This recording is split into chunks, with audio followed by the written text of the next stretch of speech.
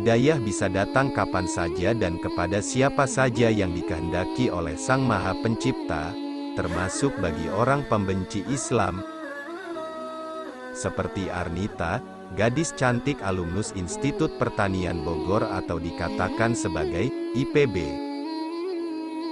Mulanya dia adalah seorang pembenci agama Islam. Ia tidak suka dengan amalan-amalan atau ajaran-ajaran dalam agama Islam yang dinilainya merepotkan, mulai salat 5 waktu, maupun amalan sunnah lainnya yang dinilainya terlalu merepotkan.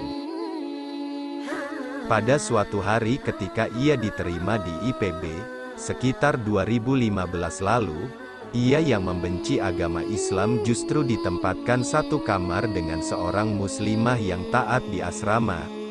Temannya yang muslimah satu kamar itu rajin ibadah.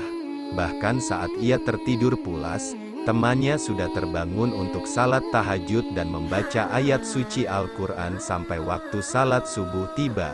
Ia merasa terganggu dengan amalan-amalan yang dikerjakan oleh temannya itu.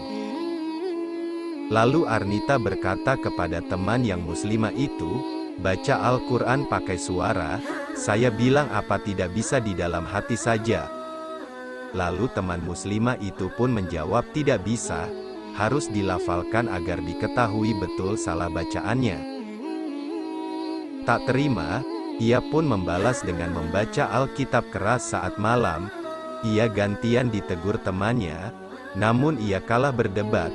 Lantaran yang dibacakannya isi kitab berbahasa Indonesia, seharusnya tidak perlu bersuara, beda dengan Al-Quran berbahasa Arab, masuk akal ketika harus dilafalkan membacanya. Keduanya bertengkar hingga harus dipisah kamar. Arnita dan temannya saling memaafkan kemudian. Namun Arnita masih menyimpan rasa dendam dalam hatinya. Ia iseng mencoba membuka ceramah tokoh agama Islam di YouTube untuk mendengar isi ajaran itu, hingga ia menemukan statement Ustaz Zakir Naik yang membuatnya sempat tercengang.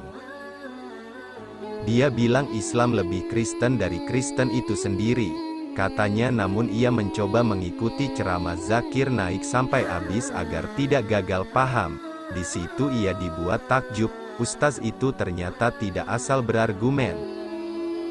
Ia selalu menautkan argumennya dengan isi Alkitab sampai hafal posisi halaman.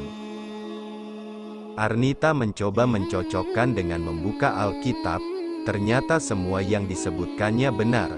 Dia bilang chapter ini, saya buka benar. Gila nih, katanya di ruang kuliah. Ia memberanikan diri untuk menanyakan pembahasan itu ke seniornya.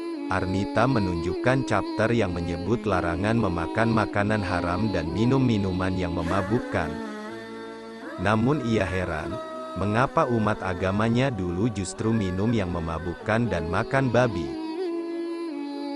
Ia mengibaratkan, ketika mencintai, ia akan mentaati perintah dan menjauhi yang dilarangnya. Begitupun ketika mencintai Yesus, harusnya tidak melakukan apa yang dilarang olehnya. Sementara Islam, menurutnya, yang tidak mengakui Yesus sebagai Tuhan, justru yang menjalankan perintahnya. Dari itu ia baru bisa menangkap maksud ucapan Zakir Naik bahwa Muslim lebih Kristen dari orang Kristen itu. Ia baru bisa menangkap maksud ucapan Zakir Naik bahwa Muslim lebih Kristen dari orang Kristen.